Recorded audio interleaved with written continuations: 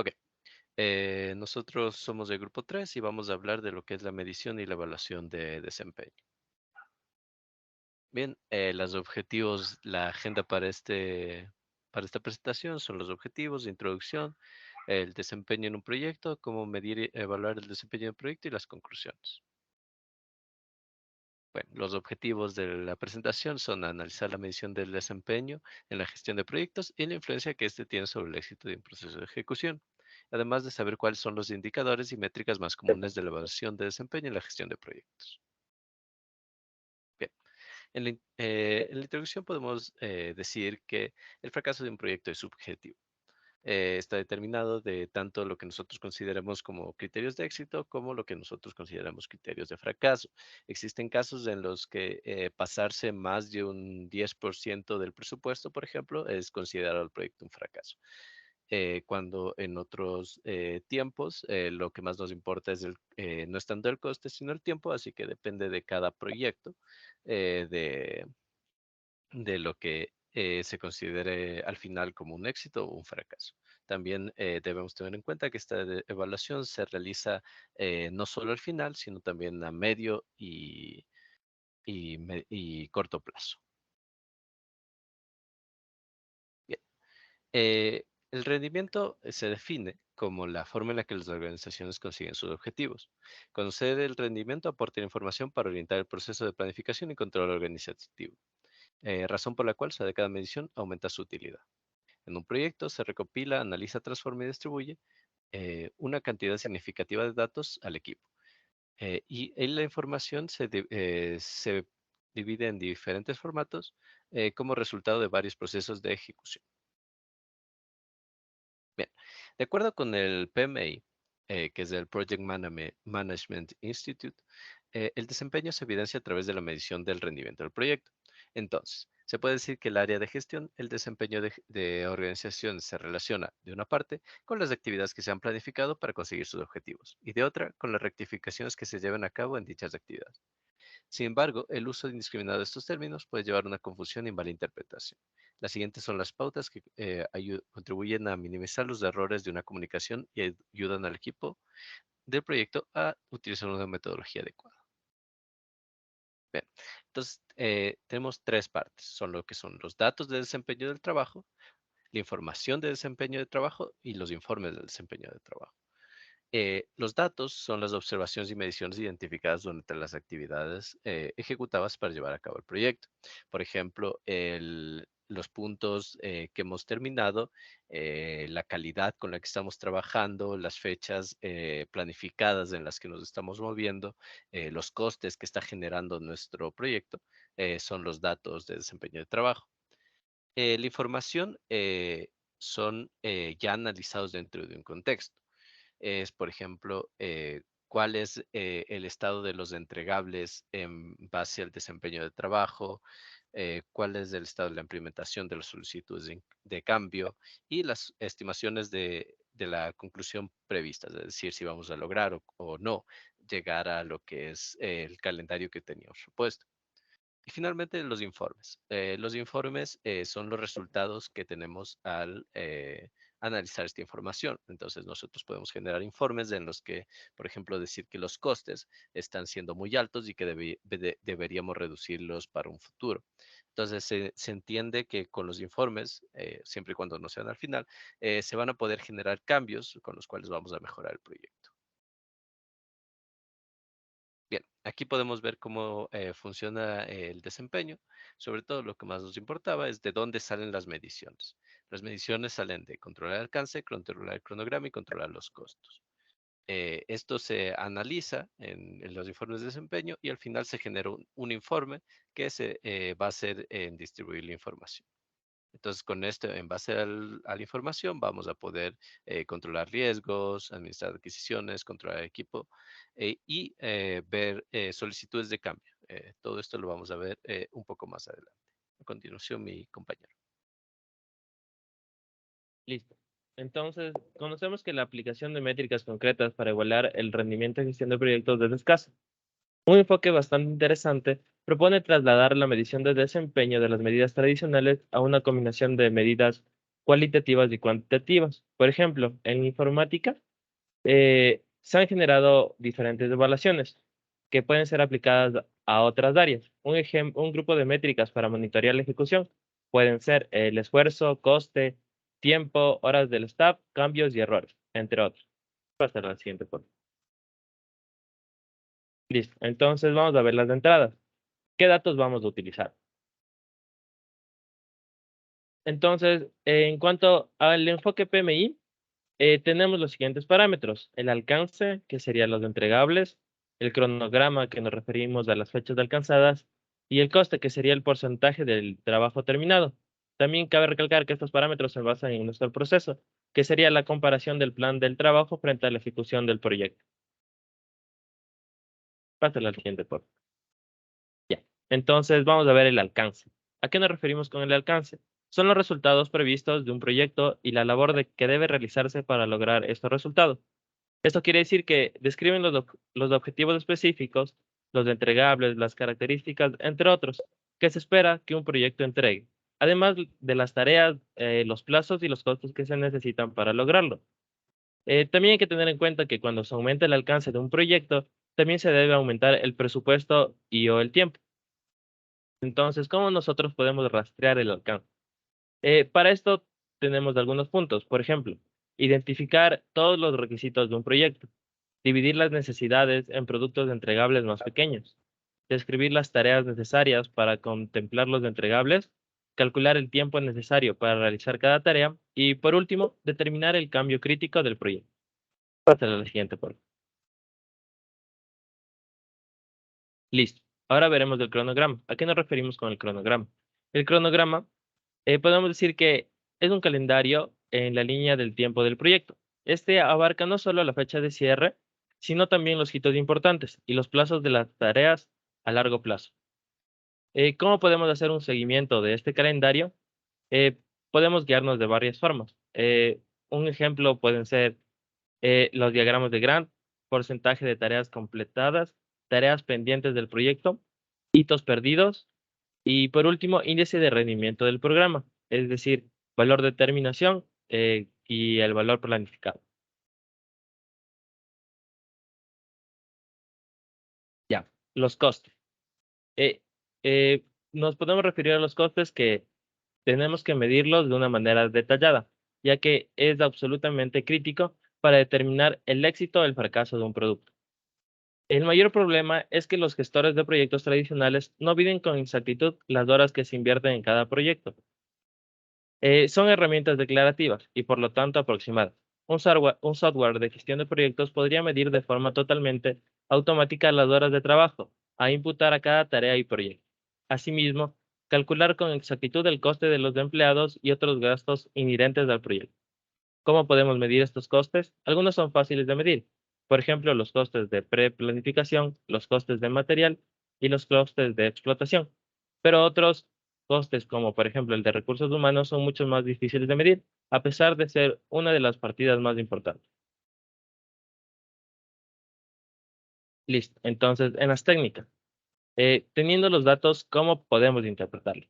A continuación, mi compañero. Bien, en cuanto a las técnicas que podemos utilizar, son las siguientes. Tenemos el juicio de expertos. En este caso, el equipo de dirección del proyecto utiliza el juicio de expertos para interpretar la información proporcionada por los procesos de monitoreo y control anteriores. El director del proyecto, en colaboración con el equipo, determina las acciones requeridas para asegurar que el desempeño del proyecto esté a la altura de las expectativas. Tenemos también varias técnicas analíticas en donde la dirección de proyectos de estas técnicas analíticas se emplean para pronosticar resultados potenciales sobre la base de posibles variaciones en las variables del proyecto o ambientales y sus relaciones con otras variables. Entonces, a continuación podemos ver algunos ejemplos de estas técnicas, que son análisis de regresión, métodos de clasificación, análisis causal, análisis de causa raíz, métodos de pronóstico, análisis de modos de fallo y efectos, análisis de árbol de fallos, análisis de reservas, análisis de tendencias, gestión del valor ganado y análisis de variación.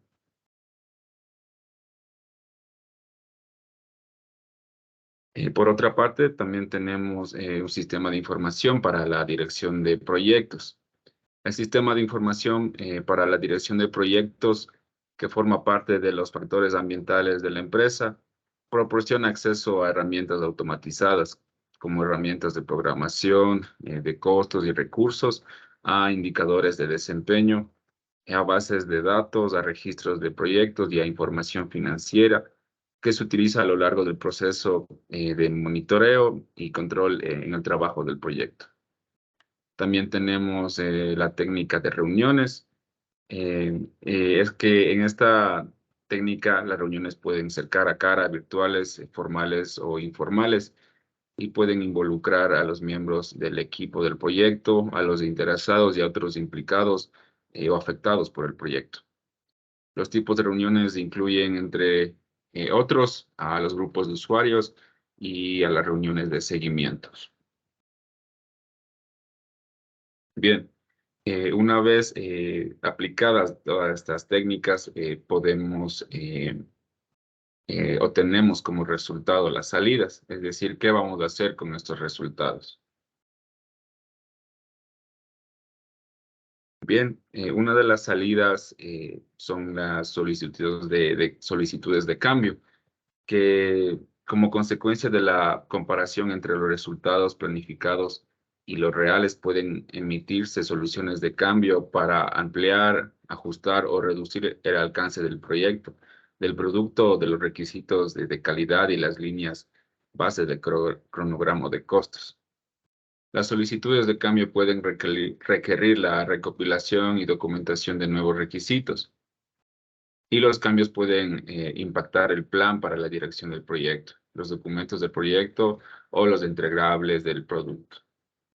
Los cambios que cumplen con los criterios de control de cambios de proyecto deben gestionarse a través del proceso integrado de control de cambios establecido para el proyecto. Este tipo de cambios puede incluir acciones correctivas, en donde una actividad intencionada que procura realinear el desempeño del trabajo del proyecto con el plan para la dirección del proyecto. Están también las acciones preventivas, que son actividades intencionadas que aseguran que el desempeño del el futuro trabajo del proyecto está alineado con el plan para la dirección del proyecto. Y por último, la reparación de defectos, que son una actividad intencionada para modificar un producto o componentes del producto con el cual no se esté conforme.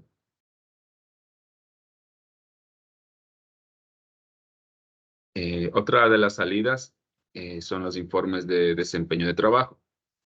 Los informes de desempeño de trabajo constituyen la representación física o electrónica de la información sobre el desempeño del trabajo recopilada en todos los documentos del proyecto, destinada a generar decisiones, acciones o conocimiento.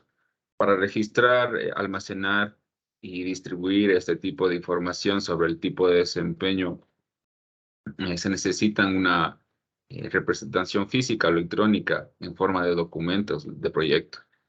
Los informes de desempeño de trabajo son un subconjunto de documentos del proyecto destinados a crear conocimiento, de manera que se puedan generar decisiones o acciones. También se pueden definir las métricas específicas de desempeño al inicio del proyecto. Entre los ejemplos de informes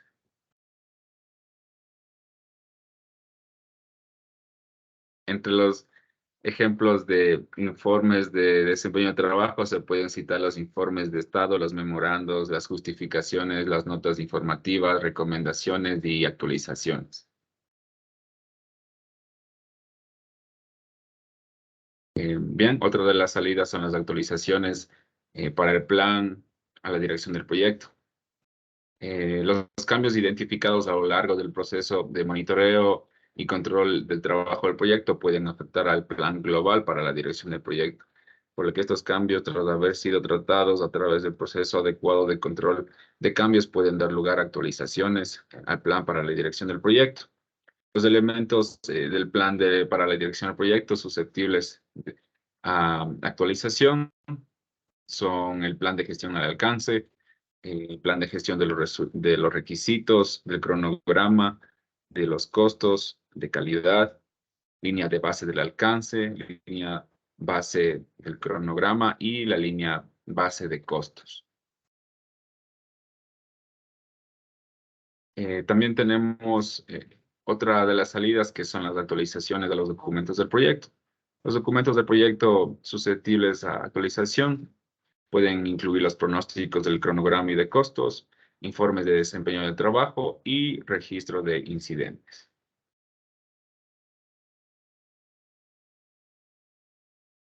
Bien, después de haber revisado todos los conceptos relacionados al desempeño, a su medición y evaluación, podemos concluir que antes de medir y evaluar el desempeño, es necesario tener una comprensión clara de los objetivos y metas del proyecto. También establecer indicadores clave de rendimiento y asegurarse de que estos estén alineados con los objetivos del proyecto. Es importante también establecer un marco de referencia para medir y evaluar el desempeño. Un marco de referencia puede ser un plan de proyecto, un presupuesto o una línea de base de cronograma.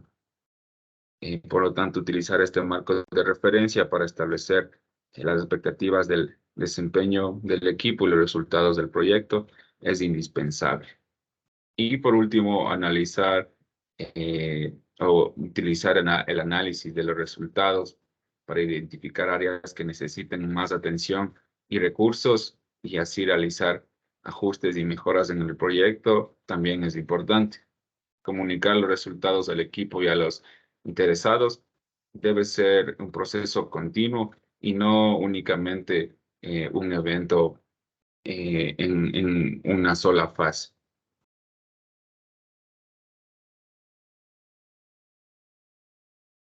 Podemos observar las referencias, la información obtenida y eso sería todo para nuestra presentación.